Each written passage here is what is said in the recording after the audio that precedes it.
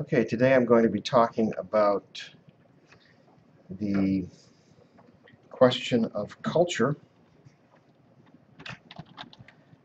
and thinking about how culture and biblical interpretation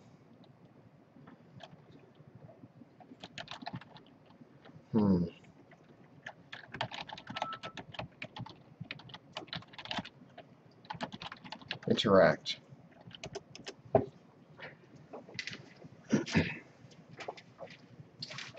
I'd like to start out by finding out what you have heard about the cultural background of 1 Corinthians 11.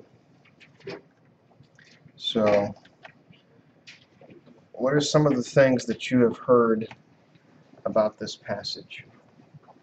Anybody? Anything you've heard about the culture apart from the lectures you've heard me giving? I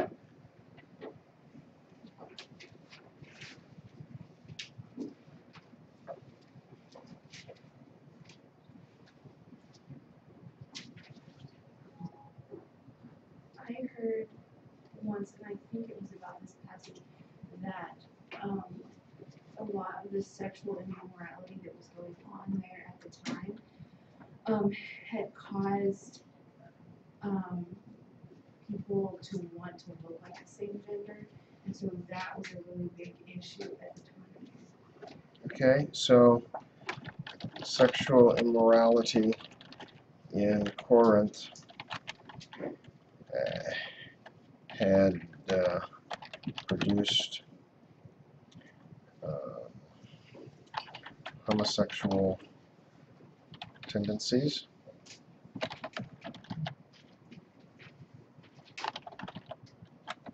People seeking to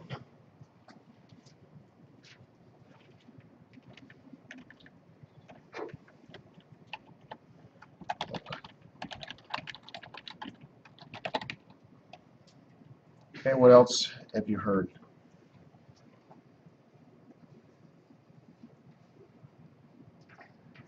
Has anybody heard that if a woman shaved off her hair, that was a sign that she was an adulteress? Okay.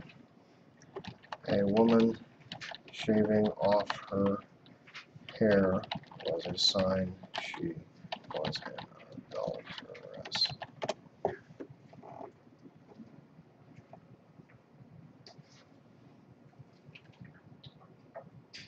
Anything else you've heard culturally?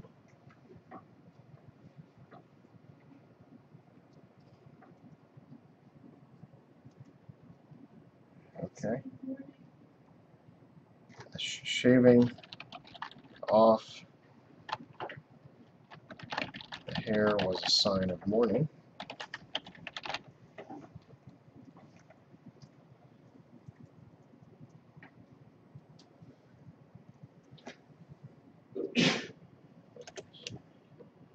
Anything else?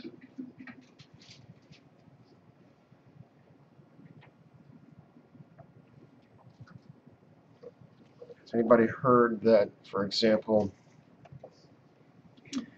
the first century world was a world in which shame and honor were the governing reasons why people did things? Okay. But we do not live in a world like that. Okay. We live in a world that has attempted to expunge shame from our vocabulary. Since everything's relative and you can do anything you want to do, there's nothing to be ashamed about anything you do. And to be an adulteress certainly is no shame. To be a fornicator is no shame. And our culture is working hard to say to live a homosexual lifestyle is no shame. Okay. Now, the question is, when you read a commentary or a blog or an article that makes claims about first century culture. And then, oh, let's just stop right there. Step one, makes claims about first century culture. How can you verify whether what they're saying is true or not? How do you know they're not just making it up out of their head because it sounds good to them?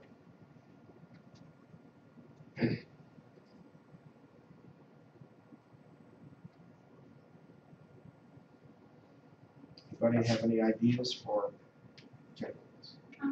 Maybe just because they delve into the Greek or like the original manuscript, and they search to understand what those words mean in order to elaborate on what the verse means. Okay, so what you're saying is if the person shows evidence of knowing Greek, have checked Greek sources, that's a reason to have confidence in their assertions. To an extent. So, I mean, we've got to start somewhere. Okay. You can always look at their credentials, and then I suppose unless you know someone who has extensive knowledge, you may just have to go read for yourself and figure out if what they're saying is valid. Okay, so here I think we've got to the first level of critical thinking. We compare sources. Are they the only person who's saying this? Or is there a broad swath of people saying this? Now, do you know enough about your culture to know that there are broad swaths of people saying things that are patently false? There are people with PhDs all across the United States who say there is no God, who say the Bible is not inspired, who say ethics are relative. Okay, so consensus, while it is a starting place, is certainly not the ending place. So what do you do when you run into consensus and you want to verify that the consensus is right?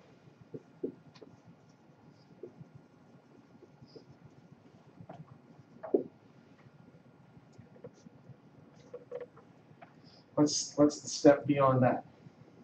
When we're talking about historical things like, was it true that in Corinth or in the first century, women had their heads shaved if they committed adultery? So you find a bunch of commentaries that say that. That's consensus. What's the step to check whether the next step? Anybody know?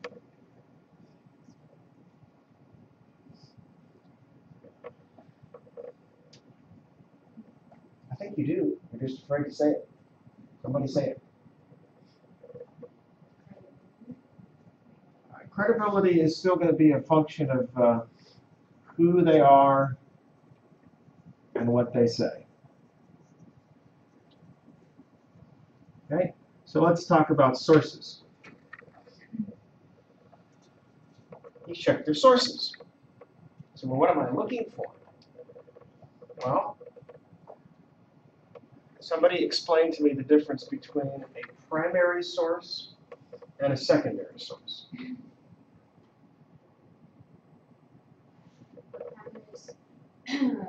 Primary source is first-hand experience, eyewitness, such and such. Secondary source is 2 or 3 removed from that. We're going off what they think of the primary source or something. Okay? And what would be primary sources when it comes to the culture of the first century? People who lived in the first century and they wrote things down. Okay? Secondary sources, are people who, second to the nth hand, heard or read about it.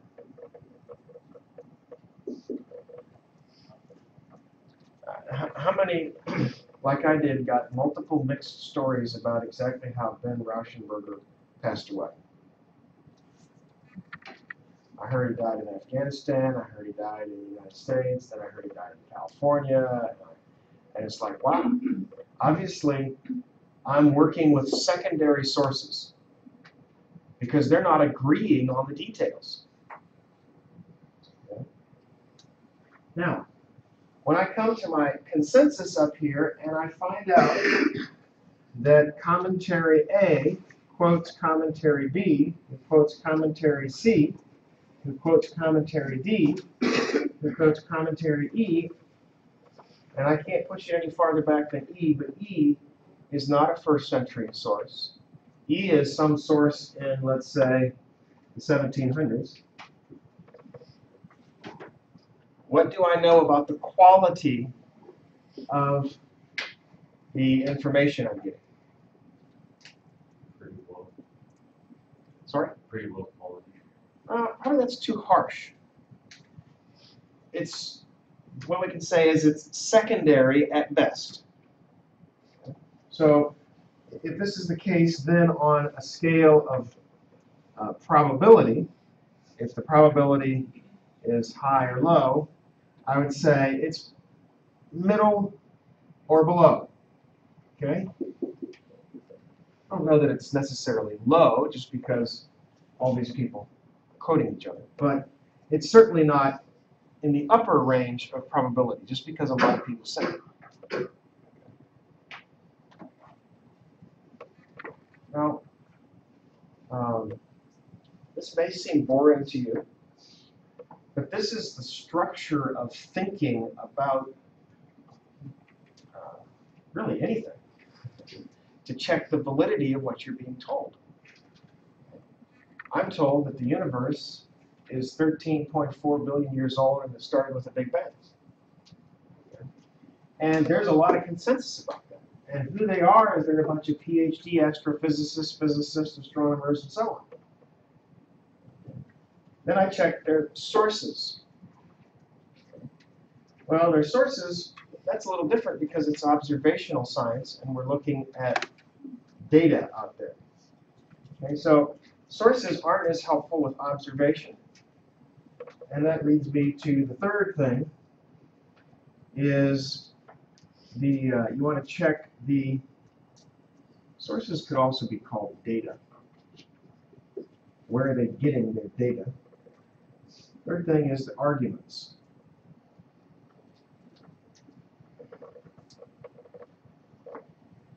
And arguments, by this it means why do they say what they're saying?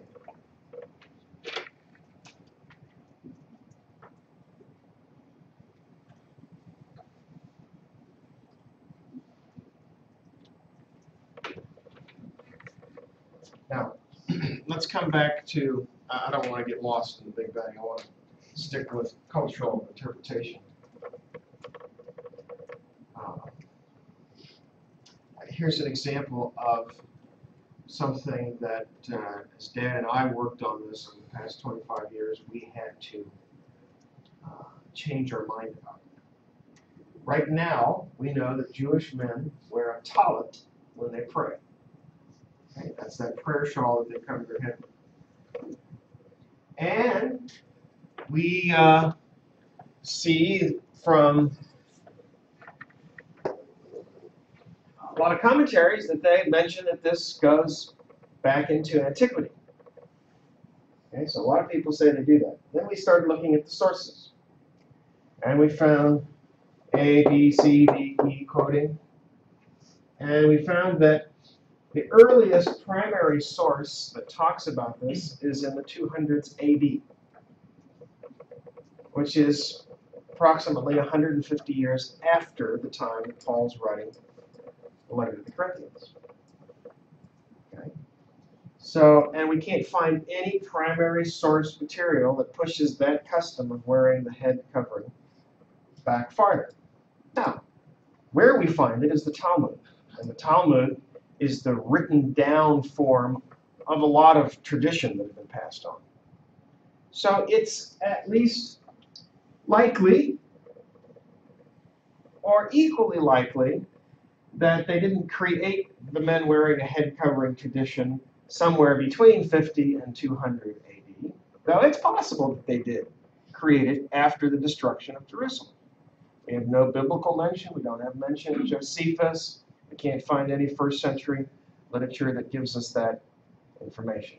And so we had to reduce the level of our certainty about the fact that Jewish men wore head coverings when they prayed in the synagogue from being very high, which is where we were, there's a lot of people talk about it, to much lower. And that leads to, what do you do when your certainty level is not high, starts to be lower, mid-range, down here? What do you do with your interpretation? Do you interpret a text based on something you're not certain about, that could be but might not be? Or do you say, well, perhaps we should hold off on allowing what we don't know for sure to influence our interpretation of the text?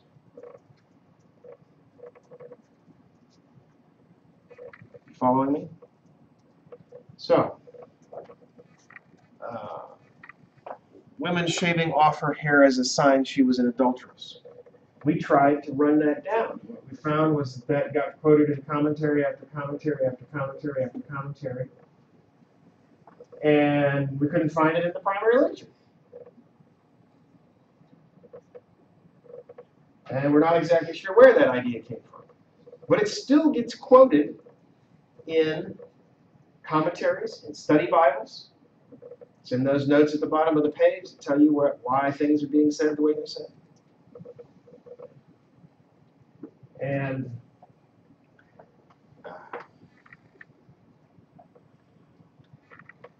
this is frustrating for two sets of people. First of all, it's frustrating for the scholar because I don't have enough time in my life to run down everything I've ever been told to find out whether it's got primary source confirmation. And I just, at some point, I've got to trust the sources of the people who've taught me. Then I get really frustrated when I decide to check sources out, run it down, and find out that they were wrong. And so I've been thinking that it was such and such when it wasn't such and such.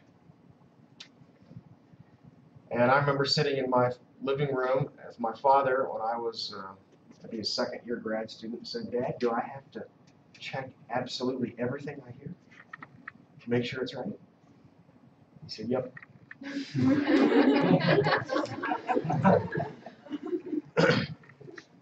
Okay. But then this is also frustrating to lay people because they say, you know, I don't even have the skill set necessary to go back and read primary sources. And I have to depend on people who say they have that skill set, whether they do or not, because I can't check it. And so, you know, just throw up your hand and say, count your commentaries. You know, take a poll. If you get over 60% on one side, you know, that's a good bet. And just go with the majority. Well, I want to encourage you all, as most of you are lay people and not likely to become scholars who are reading primary literature in the original languages, not to despair. And I think here is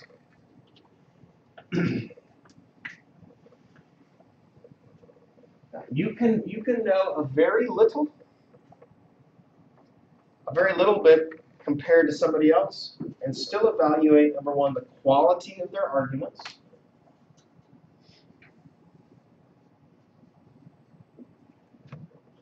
and the quality of their data. You don't have to know a whole lot to know whether somebody's quoting a secondary source. All you have to do is look at the publication date. You know enough about history to know that 1700 is not first century. Okay. And when you find claims being made that are quoting sources that are not primary, then you should give those claims less credibility than ones that quote primary. Now, that doesn't mean just because they quote primary that they're right, because that's part of why I wrote this article in the Bulletin for Biblical Research. I had 2 New Testament PhDs quoting primary sources, and a significant percentage of the primary literature that they cited had absolutely nothing to do with what they said it had to do. They hadn't gone and read what they were citing. For example, scholars said that every time the phrase on head having occurs, it always refers to a material head covering. And I'm like, wow, that's like a really powerful statement, always. And then I went and looked, and the phrase by itself never occurs, except in the New Testament. In other words, there's not a single place in any other Greek literature that we have available electronically where the exact phrase that Paul uses in 1 Corinthians 11:4 occurs. So, well, that's not helpful. You tell me that it always means something when it doesn't occur anywhere else. All right. And then he said, and the phrase on the head always refers to something material hanging down from the head. And then I found, and he cited all these references, so I went and looked them up. And you know, here's this story about a father who had 2 sons, and one threw a discus and hit the other one in the head. And that's the phrase, on head. What? Material head covering? Threw a discus and hit him in the head? And another one where a Roman general defeated somebody else by getting up on top of a hill and rolling stones down on his head, on his army, on the heads of the army. I'm like, material head, yes, stones, material head covering. There we go. Okay. So, I'm not wanting to make cynics out of you, but I am wanting to caution you about believing, number one, everything you read just because it's written by a scholar, and that includes me. I'm not exempting myself from this. That's why I give you some of that heavy-duty stuff that I give you, just so that you can see that I'm not making stuff up out of my head, that I've in fact gone back and worked with primary sources. And the reason why I quoted all this Greek at the bottom in the footnotes, I said, was because I wanted scholars to be able to just look at my footnotes and read what the Greek says for themselves and not have to trust that I actually read it right, or go to some library and look it up. I was trying to promote transparency in scholarship. It's actually very rare for scholars to do that in their footnotes. And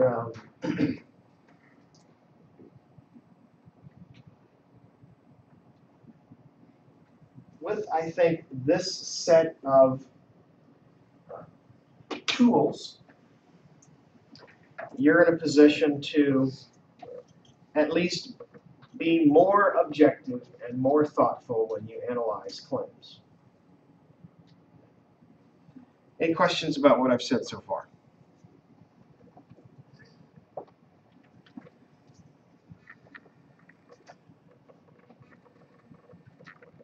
We could talk. Do we have a course? Does Intro to Philosophy give you any logical introduction to logic? Yeah, so, difference between necessary conclusions and potential conclusions, syllogisms, and So I think you're at least getting the rudiments of how to evaluate arguments. Okay, first point here. Second point is I want to talk about why I don't think that we should reconstruct what we think the Corinthian context was like, and then interpret 1 Corinthians 11 on that basis. So, when we go to the book of Acts and read about Paul going to Corinth, we find that the very first place he went in the city to preach the gospel was where? Like he always did. He always went one place first. Where's that? Synagogue. And what kind of people are in synagogues? Jews, right? Okay, that's different. And Crispus, one of the leaders of the synagogue in Corinth, was converted. And when they got thrown out of the synagogue, they went to Crispus' house. So, one of the things that we can know for sure on the basis of Acts is that in the Corinthian church, there was a Jewish element. It came from the synagogue. And likely a fairly theologically strong Jewish element, given he's one of the leaders of the synagogue. So that would mean that if we're looking at what kind of cultural influences would be there, we could see there would be probably Jewish cultural influence. Then it says that there were not a few Greeks who joined. Now, the problem is, what does the word Greek mean? Is that an ethnic term? And or is that a generic term for non-Jews? And you look at the way Luke uses the term through the book of Acts, and he does talk about Roman citizens, but he seems to refer to non-Jews as Greeks. So that could mean that Greeks could be either ethnic Greeks who spoke Greek natively because they were a native of Corinth, or it could mean any other nationality who spoke Greek because it was the common language of the world. We look into history and we find that, for example, Julius Caesar helped rebuild the city of Corinth. And that there was a strong Roman presence in Corinth. When we go to the city and dig up the archaeological remains, we find Latin inscriptions dating from the 1st century. We find legal material in Latin. So we know there were Romans in the city. Does the fact that there are Romans in the city mean that there were Romans in the church? Necessarily. No. Are there Ethiopians in Cincinnati? Yeah, there's actually a fairly large contingent of Ethiopians. How many have an Ethiopian in your church? Nobody? One? Here in Cincinnati? Okay. Oh, they come from the school?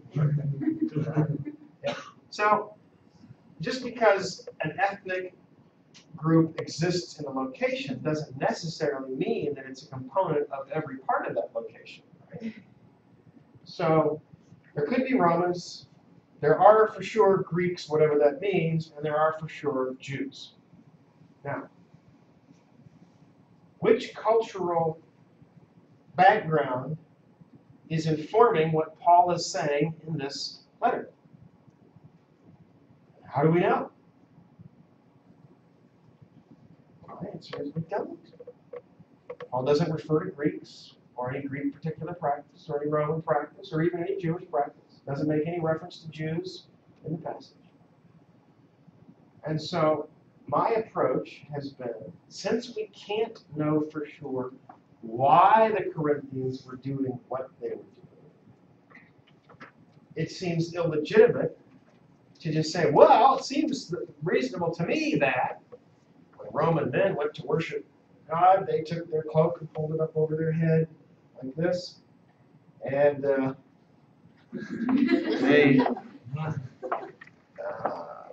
that's why the Corinthian men were putting something on their head. It was a Roman practice, and it was an upper-class Roman practice. And so what we had was upper-class Roman practices invading the Corinthian church, and Paul's wanting to democratize the gospel. Okay. And out comes all of this nifty-sounding stuff that is really somebody's imagination. Okay. And so that's my first reason for not hanging my interpretation on the hook of culture. My second reason is that when I look at the way Paul argues in chapter 11, he argues on the basis of creation, the order of creation. Adam was created first, then Eve. Adam was created, and Eve was created for Adam. And what does that have to do with first century Corinthian culture? Well, it may speak to it, but the culture doesn't speak to that. It's not because of something the culture is doing that Adam was created first. In other words, the nature of Paul's argumentation, which is theological, doesn't seem to be rooted in a unique Corinthian or even a unique first century practice. When he says all the churches of God practice this, that's a pretty broad cultural spread. That's Palestine, that's Egypt, that's Turkey, Greece, Italy, all was familiar with the whole Mediterranean world. There were significant cultural differences across that spread. And to say that all the churches practice it, make it sound like this is in fact not something that's unique to Corinth, for sure, and likely not something that's just simply first century practice. Okay, any questions?